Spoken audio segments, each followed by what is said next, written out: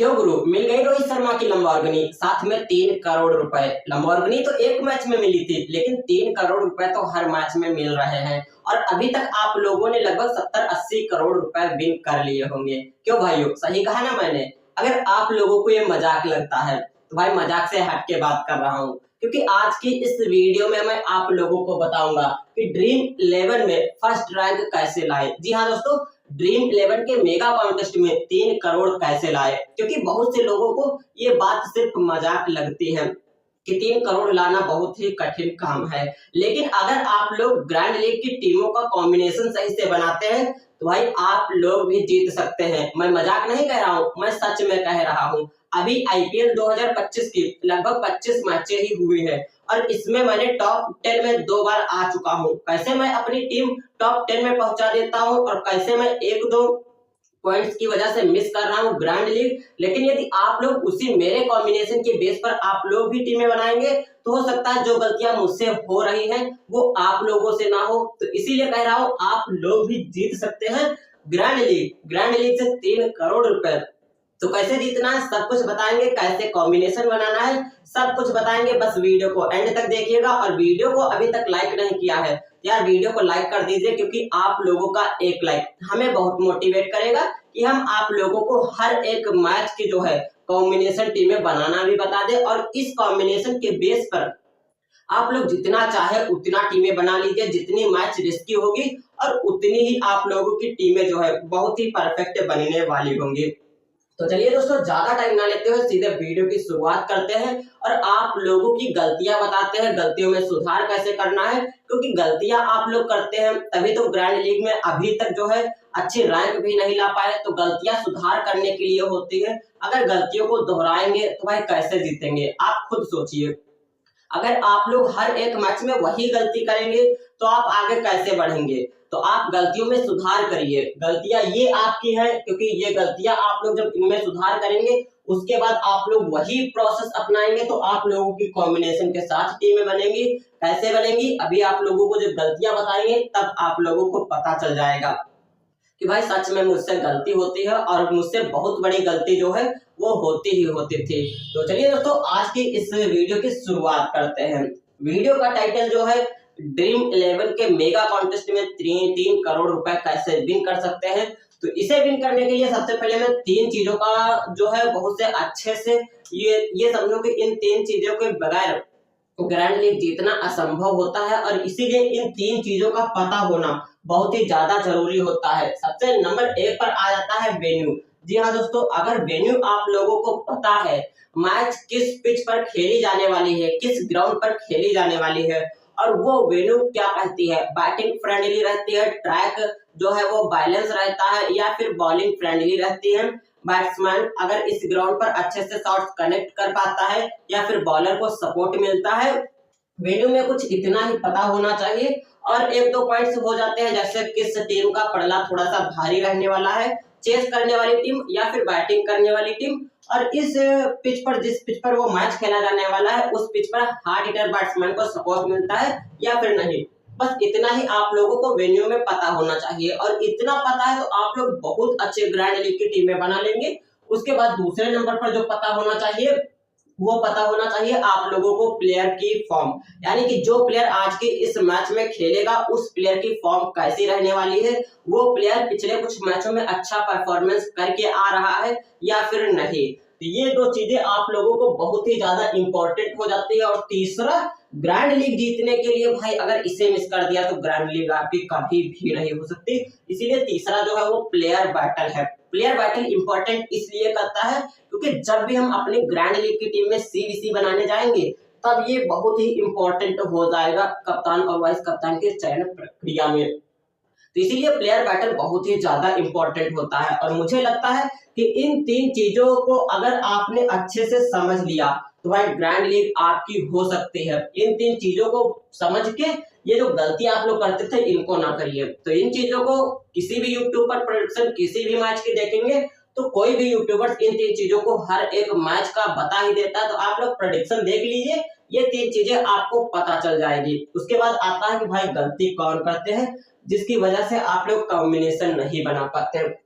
तो आप लोग गलती क्या करते हैं, जैसे आप लोगों को पता चला कि जिस ग्राउंड पर मैच खेला जाने वाला है वो बैटिंग फ्रेंडली ट्रैक है और चेस करना थोड़ा सा इजी होता है, बैटिंग फ्रेंडली ट्रैक है और एवरेज स्कोर जो है 200 प्लस रहने वाला है। तो आप क्या करते हैं, दोनों टीमों के टॉप ऑर्डर के लगभग 4-3-3 बल्लेबाजों को पिक कर लेते हैं, एक ऑलराउंडर सेक्शन से और एक दो आप लोग पिक कर लेते हैं बॉलिंग सेक्शन से। कुछ ऐसी टीमें बनाते हैं क्योंकि आपको पता है बैट्समैन सेक्शन का इस पिच पर सपोर्ट मिलता है, तो बैट्समैन आप लोगों दोनों टीमों की तरफ से लगभग 3-2-5-17 आप लोग कम से कम 6-7 प्लेयर जो है बैट्समैन सेक्शन से पिक कर लेते हैं। उसके बाद ऑलराउंडर सेक्शन से 1-2 प्लेयर को पिक करेंगे और बॉलिंग सेक्शन से 1-2 प्लेयर को पिक करेंगे। इस तरह आप लोग ऐसी टीमें बनाते हैं। और जब दूसरे नंबर पर आपको पता है कि चेस होता है, अब जैसे ये टीम आपकी चेस कर रही है तो इस टीम के आप लोग 3 बैट्समैन को या फिर 4 बैट्समैन को पिक कर लेंगे और इसी टीम के आप लोग लगभग 2-3 बॉलर को पिक कर लेंगे, क्योंकि आप लोग ज्यादा इंपॉर्टेंस जो है इस टीम को दे रहे हैं जो टीम चेस कर रही है। आपको लगता है कि भाई मैंने कॉम्बिनेशन के साथ टीमें बनाई है, लेकिन ऐसा बिल्कुल भी नहीं है। ये आप लोगों का कॉम्बिनेशन जो है धरा का धरा रह जाएगा। सबसे नंबर 1 पर यही आप लोग गलती कर देते हैं कि आपको लगता है कॉम्बिनेशन बना है, लेकिन ये कॉम्बिनेशन नहीं है। दूसरा, आप लोग कॉम्बिनेशन कैसे बनाने जाते हैं, आपको पता है पिच जो है पूरी तरीके से बैलेंस रहने वाली है, इस ग्राउंड पर चेस होता नहीं है, एवरेज स्कोर जो है 150 का रहने वाला है। तो आप लोग टॉप ऑर्डर के 4 बल्लेबाजों में से 2 को पिक कर लेंगे, मिडिल ऑर्डर से 2 को पिक कर लेते हैं, बॉलिंग सेक्शन से 2 को पिक कर लेते हैं। इसी तरह कुछ सामने वाली टीम के खिलाफ जो सामने वाली टीम है उस टीम के प्लेयर को भी पिक करते हैं। और जब चेस होता नहीं है, जैसे ये टीम पहले बल्लेबाजी करती है तो इस टीम के लगभग आप लोग 6-7 खिलाड़ी पिक कर लेते हैं। आपको लगता है कि भाई मैंने दूसरा कॉम्बिनेशन सही से बनाया, लेकिन ये दूसरा कॉम्बिनेशन भी आप लोगों का धरा रह जाएगा। तीसरा कॉम्बिनेशन आप लोग कैसे बनाते हैं, आपको पता है कि पिच पूरी तरीके से बॉलिंग फ्रेंडली है। ध्यान दोस्तों, इस ग्राउंड पर चेस होता नहीं, स्पिनर को सपोर्ट मिल जाता है और एवरेज जो है 160 का रहने वाला है। अब तीसरी टीम में आपने टॉप के 4 बल्लेबाजों में से 1-2 को ट्राई किया, ऑलराउंडर सेक्शन से 1 प्लेयर को ट्राई किया और बॉलिंग सेक्शन से जहां पर 2 प्लेयर को ट्राई करते थे वहां पर 3 प्लेयर को ट्राई करने लगेंगे, क्योंकि आपको पता है कि पिच जो है वो चेस करती नहीं है और चेस होने नहीं देती, पिच स्पिनर को सपोर्ट मिलती है। और इन 3 बॉलिंग सेक्शन में से आप लगभग 2 बॉलर स्पिनर को पिक करते हैं और 1 पेसर्स को पिक करते हैं। आपको लगता है कि भाई मैंने तीसरा कॉम्बिनेशन भी सही से बना लिया, लेकिन आप तीसरा कॉम्बिनेशन भी सही से नहीं बना पाते और इसी तरह आप लोग 8-10 टीमें बनाते हैं और सारी टीमों में खिचड़ी पका के रख देते हैं और सारी की सारी टीमें जो है वो आप लोगों की फ्लॉप चली जाती है। फ्लॉप टीमें जाने का सबसे बड़ा रीजन यही होता है कि आपको लगता है कि कॉम्बिनेशन सही से बना है, लेकिन कॉम्बिनेशन नहीं सही से बन पाता है। अब कैसे बनाना है कॉम्बिनेशन, चलिए उस पर बात कर लेते हैं, क्योंकि कॉम्बिनेशन बहुत ही अच्छी चीज है और अगर इसे समझ लिए तो ये अमाउंट विन करना बहुत बड़ी बात नहीं है। ये अमाउंट इजीली तरीके से विन हो जाएगा, क्योंकि मैं अभी 25 मैचें, जी हाँ दोस्तों 25 मैचें ही हुई हैं और टॉप 10 में 2 बार आ चुका हूँ। 5 पॉइंट से एक बार मैंने मार खा गया था और दूसरी बार तो मैंने 0.05 से मार खाई थी। तो आप सोच सकते हैं कि मेरी रैंक जो है अभी तक अच्छी आई है 2 मैचों में और आगे भी हो सकता है कि मैं टॉप 1 पर पहुंच जाऊं, इसीलिए कहा नहीं जा सकता, आप लोग भी इस पर पहुंच सकते हैं। बस आप लोगों का कॉम्बिनेशन सही से होना चाहिए। देखिए यहाँ भी पता है 2 टीमें हैं, अब इन टीमों का मैं नाम कर देता हूँ, एक का नाम रख लेता हूँ आरसीबी, दूसरे का नाम रख लेता हूँ केकेआर।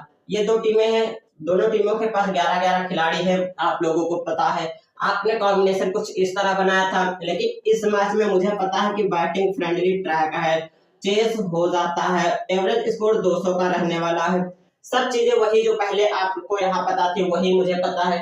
इन 3 चीजों के बारे में भी मुझे पता है। मैं क्या करता हूँ, सबसे पहले जो 22 के 22 खिलाड़ी हैं इनमें से 5 ऐसे खिलाड़ियों को निकाल लेता हूँ जो कि पूरी तरीके से उस मैच में फिक्स रहने वाले हैं और 5 खिलाड़ियों को ऐसे निकाल लेता हूँ जो कि उस मैच में फ्लॉप रहने वाले हैं। ये कैसे मैं निकालता हूँ, देखिए आप लोग ग्रैंड लीग खेलते हैं, जब आप लोग मैच फाइनल हो जाता है तो आप लोग देखते होंगे जो भी बंदा फर्स्ट आता है उसकी टीम में 5 ऐसे खिलाड़ी होते हैं जो कि आपकी टीम में भी होते हैं।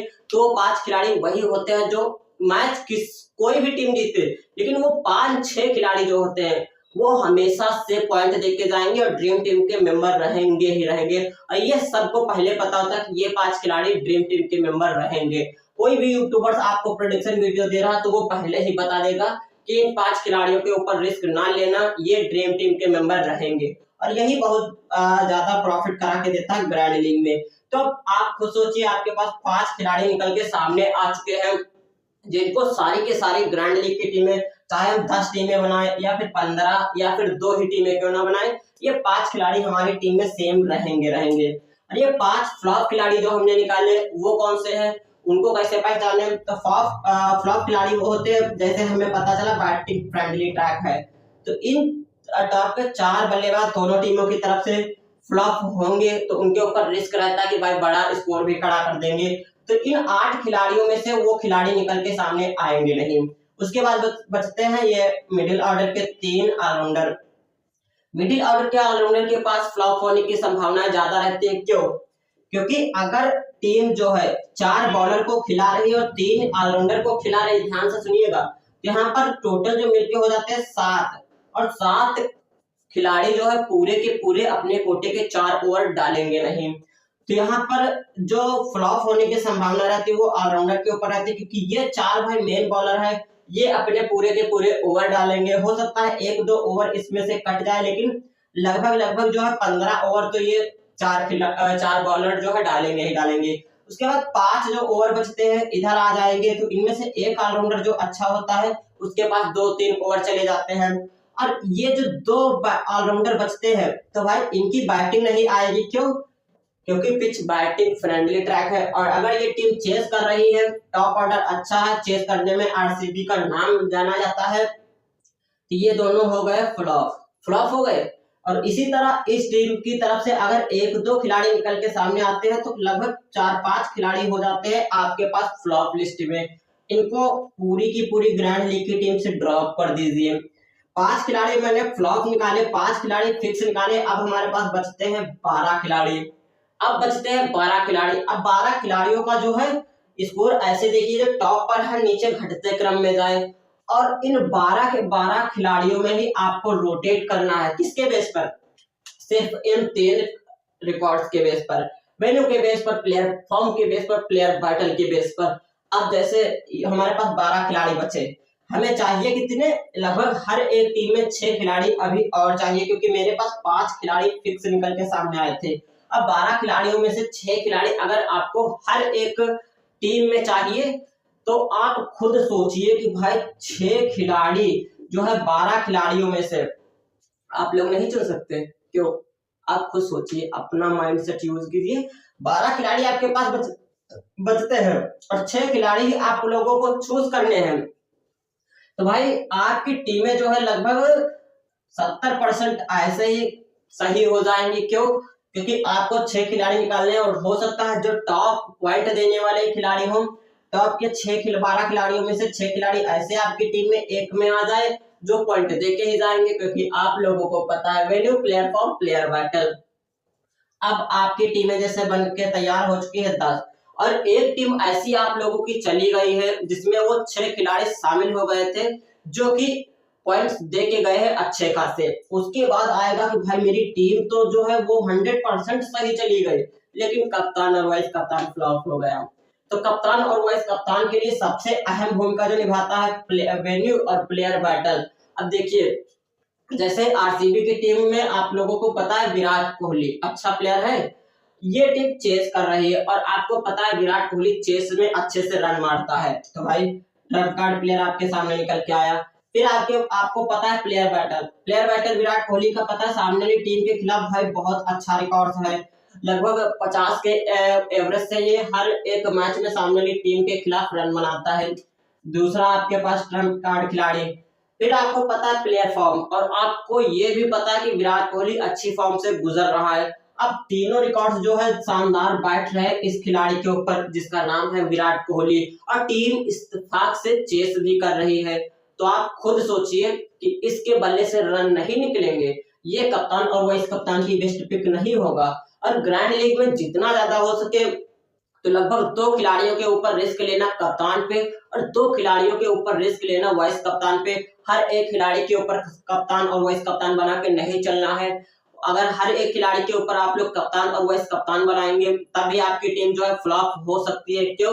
क्योंकि कप्तान और वाइस कप्तान यहाँ पर मैंने बताया कि फ्लॉप होगा, तभी आपकी जो रैंक है वो अच्छी नहीं आएंगी। तो इसीलिए आप लोग लगभग 2 या 3 खिलाड़ियों के ऊपर कप्तान और वाइस कप्तान 2 खिलाड़ियों के ऊपर रिस्क लेके जीएल की टीमें बनाइए। और जो कॉम्बिनेशन मैंने बताया है, इस कॉम्बिनेशन के बेस पर आप 1 नहीं, 2 नहीं, 10 नहीं, आप 100 टीमें भी बना सकते हैं। बस आप लोगों को थोड़ा सा टाइम मैनेजमेंट का ध्यान रखना पड़ेगा, क्योंकि लगभग 20-25 मिनट ही आपके पास होते हैं कि आप 20-25 मिनट में ही टीम एडिट कर लें। तो उम्मीद करता हूँ कि आप लोगों को कॉम्बिनेशन समझ में आया होगा। अगर आप लोग चाहते हैं कि इन तीनों को सटीकता से कोई बताने वाला यूट्यूबर्स मिल जाए तो भाई चैनल को सब्सक्राइब करके रखिएगा, क्योंकि अगले 2-3 मैचों के बाद मैं खुद से अपनी जिस प्रेडिक्शन के बेस पर टीमें बनाता हूँ वो आप लोगों तक भी पहुंचाऊंगा, क्योंकि मेरा यही मानना है कि जितना मुझे आता है वो आप लोगों को भी आना चाहिए। तो भाई उम्मीद करता हूँ कि आप लोगों ने वीडियो को लाइक किया होगा और चैनल को सब्सक्राइब करके रखिएगा, क्योंकि आपके फायदे की बात है। और हाँ, स्मॉल लीग भी अगर खेलते हैं कभी कभी तो आप टेलीग्राम चैनल को भी ज्वाइन करके रखिएगा, क्योंकि हम स्मॉल लीग की टीम हर एक मैच की अपने टेलीग्राम चैनल पर दे देते हैं। तो आप टेलीग्राम चैनल को ज्वाइन करके जरूर रखिएगा। तो मिलते हैं नेक्स्ट वीडियो में, उसमें आप लोगों को लाइव प्रूफ दिखाऊंगा कि भाई कैसे मैंने टीमें बनाई और कितनी अच्छी मुझे रैंक आ चुकी है। तो जय हिंद, जय भारत।